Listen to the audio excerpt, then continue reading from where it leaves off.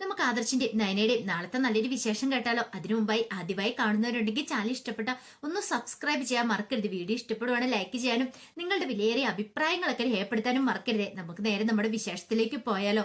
അങ്ങനെ നാളത്തെ വിശേഷത്തില് നയന CCTV ദൃശ്യങ്ങളൊക്കെ ഒന്ന് ചെക്ക് ചെയ്യണമെന്ന് കരുതി പോവാണ്.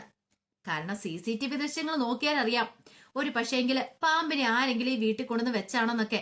അങ്ങനെ CCTV ദൃശ്യങ്ങൾ ചെക്ക് ചെയ്യാൻ ചെന്നപ്പോഴാണ് നയന ആ കാഴ്ച കാണുന്നത്. കാരണം CCTV ദൃശ്യങ്ങളൊന്നും വർക്കല്ല. ഇതെങ്ങനെ സംഭവിച്ചു ഒന്നും മനസ്സിലായില്ല. അപ്പൊ നോയിക്കഴിഞ്ഞപ്പോ മനസ്സിലായി ഇന്നലത്തെ ഒരു ദിവസം മാത്രമാണ് ഇല്ലാത്തവളെ. അങ്ങനെയാണെങ്കിൽ ഇതിന്റെ പിന്നില് മിക്കവാറും അഭിയായിരിക്കും. അവൻ മനഃപൂർവ്വം ചെയ്തതായിരിക്കും.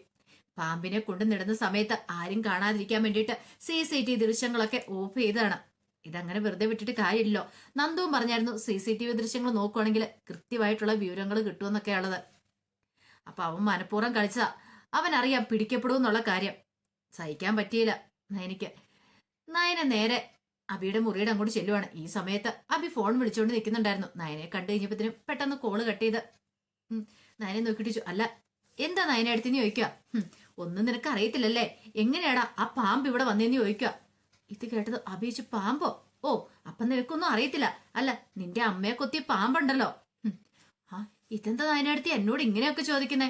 നയനടുത്തൊരു ചോദ്യം കേട്ടാ തോന്നൂലോ ഇപ്പൊ പാമ്പിനെയൊക്കെ ഞാൻ ഇവിടെ കൊണ്ടുവന്ന് വിട്ടാന്ന്. എന്റെ സൃഷ്ടിയാന്ന് ആ പാമ്പെന്നും. എടാ നീ ആ പാമ്പിനെ മാത്രമല്ല വല്ല പെരുമ്പാമ്പിനെയോ വല്ല അതിനേക്കാളും വിഷം കൂടിയതിനെ എന്നത്തിനെ വേണേലും നീ കൊണ്ടേ വിടും. അതുപോലത്തെ സൈസുകളാണല്ലോ ഈ കുടുംബത്തിലുള്ളത്. നയനടുത്ത് എന്ത് വർത്താനേ പറയണേ? എനിക്കൊന്നും അറിയത്തില്ല. അമ്മയെ കടിച്ചപ്പോ മാത്രം ഞാൻ ആ പാമ്പിനെ കാണുന്നത് പോലും. അപ്പൊ നീ പാമ്പിനെ കണ്ടായിരുന്നോ? അല്ല അമ്മ പറഞ്ഞല്ലോ പാമ്പ് ഇവിടെ ഉണ്ടെന്ന്, പക്ഷെ ഞാൻ കണ്ടൊന്നുമില്ല. ഈ സമയത്ത് നയന സംശയത്തോട് കൂടിയിട്ട് അബിയെ നോക്കണം. അപ്പോഴേക്കും അബി പറഞ്ഞു അല്ല ഒരു കാര്യം ചോദിച്ചേട്ടെ നയനേച്ചി, പാമ്പിനെ ഞങ്ങൾ കൊണ്ടേ വിട്ടതാണെങ്കിൽ, ഞാൻ കൊണ്ടേ വിട്ടെന്ന് പറയുന്നുണ്ടെങ്കിൽ എന്റെ അമ്മയെ കടിക്കാൻ ഞാൻ സമ്മതിക്കുവോ? ഒരു കാരണവശാലും അമ്മ നിൽക്കുന്നതിനകത്തേക്ക് ഞാൻ പാമ്പിനെ വിടുവോ? ഇല്ലല്ലോ. അത് കേട്ടപ്പോ നയന പറഞ്ഞു നീ വേണമെങ്കിൽ ഈ വീട്ടിലെ ആരെയും ടാർജറ്റ് ചെയ്ത് കാണുമായിരിക്കും. അവരുടെ മുറിയിലേക്കായിരിക്കും പാമ്പിനെ കടത്തി വിട്ടിട്ടുണ്ടായിരിക്കുന്നത്. അത് അവിടുന്ന് എഴഞ്ഞു വന്നതായിരിക്കും. അത് കേട്ടപ്പോ അബി പറഞ്ഞു ഇതേ ഇല്ലാത്ത കള്ളത്തരൊന്നും പറയരുത് കേട്ടോ. എടാ നിന്റെ സ്വഭാവം എനിക്ക് നന്നായിട്ടറിയാം. ആ മിണ്ടപ്രാണിയായിട്ട് കിടക്കുന്ന അനികയെ കഴുത്ത് ഞെരിച്ച് കൊല്ലാൻ ശ്രമിച്ചവരല്ലേടാ നീ.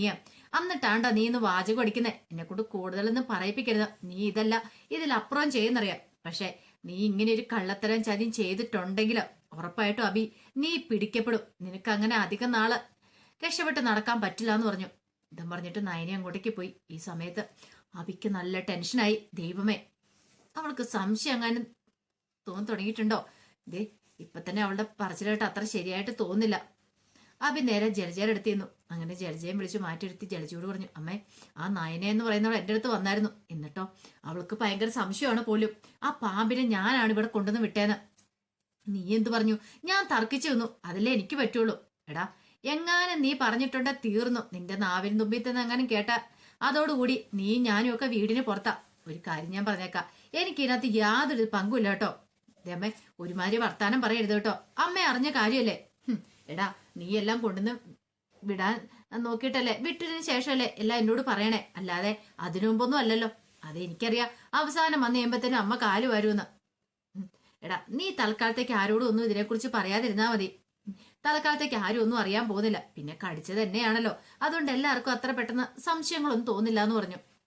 എന്നാലും അബിയുടെ നെഞ്ചിനകത്തൊരു പെടപ്പ. കാരണം നന്ദു അവള് വെറുതെ ഇരിക്കില്ല. അവളുടെ മനസ്സിൽ എന്തെങ്കിലും സംശയം തോന്നി തുടങ്ങിയിട്ടുണ്ടെങ്കിൽ അതോടുകൂടി കാര്യത്തിലൊരു തീരുമാനമാവും. ഈ സമയത്താണ് നന്ദു അങ്ങോട്ടേക്ക് വരുന്നത്. അതും അബിയെ അറസ്റ്റ് ചെയ്തുകൊണ്ട് പോകാനായിട്ട് അങ്ങോട്ട് വരുവാണ്. അങ്ങനെ വന്നു കഴിഞ്ഞപ്പോഴത്തേക്കും ജലജ അങ്ങോട്ട് ഇറങ്ങി ചെല്ലുന്നേ. നന്ദു പോലീസ് യൂണിഫോം വരുന്ന കണ്ടപ്പോ ജലജ ചോദിച്ചു ഓ പോലീസ് യൂണിഫോമിൽ ഇവിടെ വലിയ ഷോ കാണിക്കാൻ വന്നാന്ന് തോന്നേ എന്നൊരു ചിന്തയോട് കൂടിയിട്ട് ജലജ നന്ദുവിനെ നോക്കി. അപ്പോഴേക്കും നന്ദു ചോദിച്ചു അല്ല അബി ഇല്ലേന്ന് ചോദിക്കുവാണ്. അബി ഇവിടെ ഉണ്ട്, അവൻ ഇങ്ങോട്ട് വിളിക്കാൻ പറയാം. അല്ല എന്തിനാ ഇപ്പൊ അബിയെ വിളിക്കുന്നേ? അത് അബിയോട് പറഞ്ഞോളാന്ന് പറഞ്ഞു. അപ്പോഴേക്കും അബി അങ്ങോട്ടേക്ക് ഇറങ്ങുന്നു. എന്താമേ ഇതേ ഇവള് നിന്നെ അന്വേഷിക്കുന്നു പറയണം. ഇവളോ?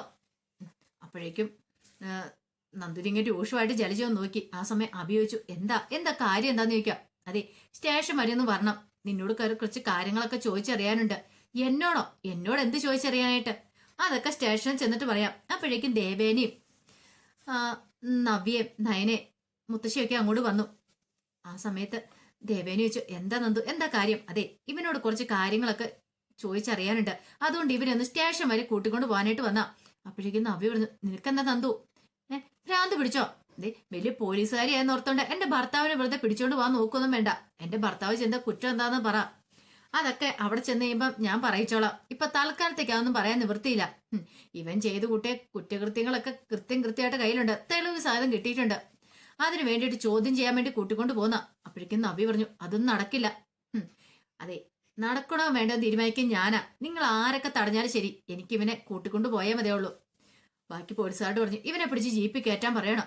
അപ്പോഴേക്കും ജലജ പറഞ്ഞു, വീട്ടിൽ വന്ന് വെറുതെ അനാവശ്യം കാണിച്ചാണ്ടല്ലോ. നിനക്കൊരു കാക്കിക്കുപ്പായം കിട്ടിയെന്നോർത്ത് നീ കൂടുതൽ അവിടുന്ന് ആളാവാനായിട്ട് വന്നേക്കരുത്. അത് കേട്ടപ്പോ നന്ദു അങ്ങോട്ട് എന്നിട്ട് പറഞ്ഞു, നിങ്ങളുടെ മോൻ ചെയ്ത ക്രൂരതകളൊക്കെ തെളിവ് സഹിതം കിട്ടിയിട്ടുണ്ട്. ഇനി ബാക്കിയൊക്കെ അവിടെ ചെന്നിട്ടാവട്ടെ.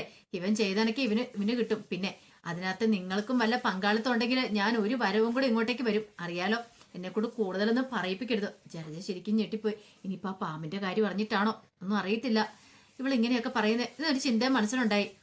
അപ്പോഴേക്കും നന്ദു പറഞ്ഞു, പിടിച്ചു കയറ്റാൻ പറയണം. അങ്ങനെ അബിയെ കയറ്റാൻ തുടങ്ങിയപ്പോഴത്തേനും നബി അങ്ങോട്ട് ഇറങ്ങി വന്ന് നന്ദുവിന്റെ കയ്യിലേക്ക് പിടിച്ചു.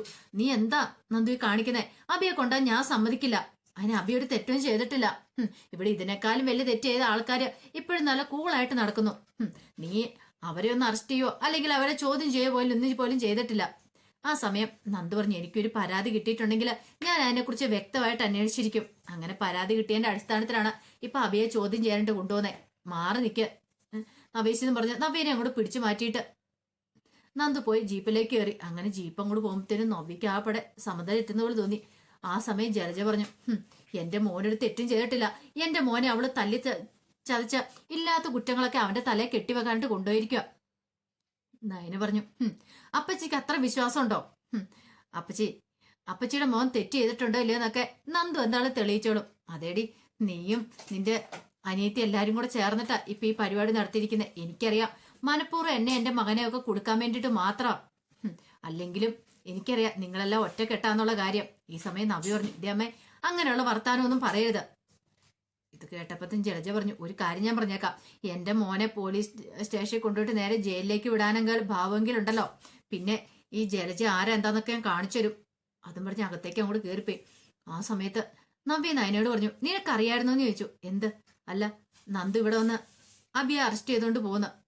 അതെങ്ങനെ എനിക്കറിയാൻ പറ്റും? അബി എന്തെങ്കിലും തെറ്റ് ചെയ്തിട്ടുണ്ടെങ്കിൽ അതിൻ്റെതായ ശിക്ഷ അവന് കിട്ടും. അതിന് ചോദ്യം ചെയ്യാനായിട്ടല്ല കൊണ്ടുപോയിരിക്കുന്നേ. അതിന് നവ്യേച്ചി ഇത്ര ടെൻഷൻ അടിക്കേണ്ട കാര്യം എന്താ? ചോദ്യം ചെയ്യാനാണ് പോലും. എനിക്കറിയാം നീയും അവളോടൊപ്പം ഉണ്ട്. നിങ്ങൾ എല്ലാവരും കൂടെ ഗൂഢാലോചന ചെയ്താ. അല്ലെങ്കിലും ഇതിനേക്കാളും വലിയ തെറ്റ് ചെയ്ത നിന്റെ ഭർത്താവ് ഉണ്ടല്ലോ, ആദർശേട്ടൻ. അയാൾ ഇന്ന് വരെ ആരും ചോദ്യം ചെയ്തിട്ടുണ്ടോ? ഈ കുടുംബത്തിലുള്ളവർ പോലും ചോദ്യം ചെയ്തിട്ടില്ല. എന്നിട്ടാണ് ഒരു തെറ്റും ചെയ്യാതെ എന്റെ അബിയെ വിളിച്ചോണ്ട് പോയിരിക്കുന്നത്. ചിലപ്പോ ചെയ്യാത്ത കുറ്റങ്ങളൊക്കെ അവന്റെ തലയിലേക്ക് കെട്ടിവെക്കാനായിരിക്കും. അപ്പോഴേക്കും ദേവേനി പറഞ്ഞു, അതിന്റെ ആവശ്യമൊന്നും നന്ദുവിനില്ല. നന്ദു അങ്ങനെ ഒരിക്കലും ചെയ്യുന്ന പെൺകുട്ടിയല്ല. അത് എന്നെക്കാളും കൂടുതലായിട്ട് നിനക്കറിയാലോ നവ്യെ. നവ്യ പറഞ്ഞു, ഞാൻ നോക്കട്ടെ, എനിക്ക് അവനെ എങ്ങനെയല്ലേ ഇറക്കിയാൽ മതിയാവുള്ളൂ. ഇതും പറഞ്ഞിട്ട് അകത്തേക്ക് കയറി പോയി കഴിഞ്ഞപ്പോഴത്തേനും ജലജ നവ്യയുടെ അടുത്ത് വന്നിട്ട് പറഞ്ഞു, നവ്യ, ഒരു കാര്യം ഞാൻ പറഞ്ഞേക്കാം. കാര്യമൊക്കെ നിന്റെ അനുജത്തിയൊക്കെ തന്നെയാ. പക്ഷെ ഉണ്ടല്ലോ, അവെല്ലാരും കൂടെ ഒറ്റ കേട്ടാ. ഇപ്പൊ തന്നെ കണ്ടില്ലേ അബിയെ എങ്ങനെയെങ്കിലും പുകച്ചി പുറത്ത് അടിക്കണം ഈ വീട്ടിൽ നിന്ന്. പോരാത്തന്നെ നായനും ഗർഭിണിയും കൂടെ ആയില്ലേ. ഇനിയിപ്പൊ നിന്നെയും കുഞ്ഞിനെ അബീനെ എന്നെയൊന്നും ഈ കുടുംബത്തിൽ ആർക്കും വേണ്ട. അതിനുള്ള പുതിയ തന്ത്രമായിട്ട് ഇറങ്ങി തിരിച്ചിരിക്കുക. അതിനെ കൂട്ടു നിൽക്കുന്ന നിന്റെ അനുജത്തിയും കൂടെ. ഇത് കേട്ടപ്പോ നബി പറഞ്ഞു, അല്ല, അവൻ ചെയ്ത തെറ്റെന്താന്ന് അറിയണമല്ലോ. ഞാൻ എന്താളും പോലീസ് സ്റ്റേഷനിലേക്ക് പോകാൻ തന്നെ തീരുമാനിച്ചു. എനിക്ക് അബിയെ ഇറക്കിക്കൊണ്ട് വന്നേ മതിയാവുള്ളൂ. അവനൊരു തെറ്റും ചെയ്തിട്ടില്ലെങ്കിൽ അവനെ ഞാൻ ഇറക്കിക്കൊണ്ട് വരും എന്നും പറഞ്ഞിട്ട് നബി അങ്ങോട്ട് പോയി. ജലജ മനസ്സ് വിചാരിച്ചു, ഇവള് പോയി എന്താളും പ്രശ്നം ഉണ്ടാക്കും. ഇവളുടെ അനുജത്തിയാണല്ലോ, അപ്പൊ ഇവൾക്ക് ധൈര്യമായിട്ട് എന്ത് വേണേലും പറയാം. നോക്കട്ടെ എന്താ സംഭവിക്കുന്നത് എന്നൊക്കെ ഓർത്തുകൊണ്ട് ജലജ ഇരിക്കുവാണ്. ആ സമയത്ത് അബിയെ ജീപ്പ് കയറ്റി അങ്ങോട്ട് സ്റ്റേഷനിലേക്ക് കൊണ്ടുപോയില്ലുവാണ്. അങ്ങോട്ട് ഇറങ്ങടാന്നും പറഞ്ഞിട്ട് അവിടെ ചെന്ന് കഴിഞ്ഞപ്പോഴത്തേനും നന്ദു അവനെയും കൂടെ വലിച്ചിറക്കി. അങ്ങനെ ആ ലോക്കപ്പിലേക്ക് കൊണ്ടിടുവാണ്. ഈ സമയത്ത് അബി ചോദിച്ചു, അല്ലെ എന്താ ഞാൻ ചെയ്ത തെറ്റാൻ തന്നെ എന്താന്ന് എന്നോട് ഇതുവരായിട്ടും പറഞ്ഞിട്ടില്ല. നീ ചെയ്ത തെറ്റാൻ തന്നെ കാണിച്ചു തരാടാ എന്നും പറഞ്ഞിട്ട് നന്ദു ആ ലോക്കപ്പിനകത്തേക്ക് കയറി. എന്നിട്ട് അവനെ തലങ്ങും വിലങ്ങും കുറെ ഇടിയിടിക്കുകയാണ്. എന്നിട്ട് നീ ആരാന്നാ നിന്റെ വിചാരം? നിന്റെ കള്ളത്തരങ്ങളൊക്കെ അറിയത്തില്ലെന്നോ? എടാ, എന്റെ നയനേച്ചിയുടെ വയറ്റി വിടുന്ന കുഞ്ഞിനെ ഇല്ലാതാക്കാനായിട്ട് നീ ആ പാമ്പിനെ അവിടെ കൊണ്ടുവന്ന് വിട്ടല്ലേടാ. ഈ കള്ളത്തരങ്ങളൊക്കെ ആര് പറഞ്ഞു? എനിക്ക് ഇതിനെ കുറിച്ചൊന്നും അറിയത്തില്ല. എടാ, വ്യക്തമായിട്ട് അറിഞ്ഞിട്ട് തന്നെയാ ആരാണോ നിനക്ക് ആ പാമ്പിനെ തന്നെ അയാൾ തന്നെ മൊഴി തന്നിട്ടുണ്ടെന്ന് പറയണം. അഭി ഒരു നിമിഷം ഞെട്ടിപ്പോയി. അഭിക്കൊന്നും മിണ്ടാൻ പറ്റാത്ത അവസ്ഥ. അതും പറഞ്ഞിട്ട് നന്ദു അവന്റെ കാരണം തീർത്ത് നാലെണ്ണം പൊട്ടിക്കുവാണ്. കാരണം നന്ദുവിന് അത്രയ്ക്ക് ദേഷ്യം ഉണ്ടായിരുന്നു അഭിയോട്. തന്റെ ചേച്ചിയുടെ വയറ്റി വളർന്ന കുഞ്ഞിനെയല്ലേ ഇല്ലാതാക്കാൻ ശ്രമിച്ച. അപ്പൊ പിന്നെ വെറുതെ വിടാൻ പറ്റുമോ അവനെ? ആ സമയത്ത് നയന ആദർശിനെ വിളിച്ച് നന്ദു വന്ന് അഭിയെ അറസ്റ്റ് ചെയ്തുകൊണ്ട് പോയ കാര്യങ്ങളൊക്കെ പറയണം. അത് കേട്ട് ഇനിയിപ്പത്തിനും ആദർശ് പറഞ്ഞു, അവൻ എന്തെങ്കിലും തെറ്റ് ചെയ്തിട്ടുണ്ടെങ്കിൽ അതിനുള്ള ശിക്ഷ അവന് കിട്ടണം. നന്ദു ചോദ്യം ചെയ്യട്ടെ. ചോദ്യം ചെയ്ത് കഴിയുമ്പത്തിനും പല സത്യങ്ങളും പുറത്തു വരും. ഒരു തെളിവുകളും ഇല്ലാതെ എന്താണെങ്കിലും നന്ദു അവനെ അറസ്റ്റ് ചെയ്തുകൊണ്ട് പോയില്ല. വ്യക്തമായ തെളിവുകളോട് കൂടി തന്നെ ആയിരിക്കും അറസ്റ്റ് ചെയ്തുകൊണ്ട് പോയിട്ടുണ്ടായിരിക്കുക എന്ന് പറഞ്ഞു. ഈ സമയത്ത് മൂർത്തി മുത്തശ്ശൻ അറിഞ്ഞു. മൂർത്തി മുത്തശ്ശന് കാര്യങ്ങൾ മനസ്സിലായി. നന്ദു മിടിക്കുകയാണ്. വെറുതെ ഒന്നും നന്ദു അറസ്റ്റ് ചെയ്യില്ല. അതിന് വ്യക്തമായ കാരണങ്ങളും കാണും. അങ്ങനെയാണെങ്കിൽ ഇതങ്ങനെ വെറുതെ വിട്ടാൽ പറ്റില്ലെന്ന് മുത്തശ്ശനും മനസ്സിലായി. അപ്പൊ അതിന്റെ വിശേഷങ്ങളൊക്കെയാണ് നമ്മൾ കാണാൻ പോകുന്നത്. ആ വിശേഷങ്ങൾക്കായി നമുക്ക് എല്ലാവർക്കും കാത്തിരിക്കാട്ടോ. ഒരിക്കൽ കൂടി എല്ലാവർക്കും ശുഭരാത്രി നേർന്നുകൊണ്ട് നിർത്തുന്നു.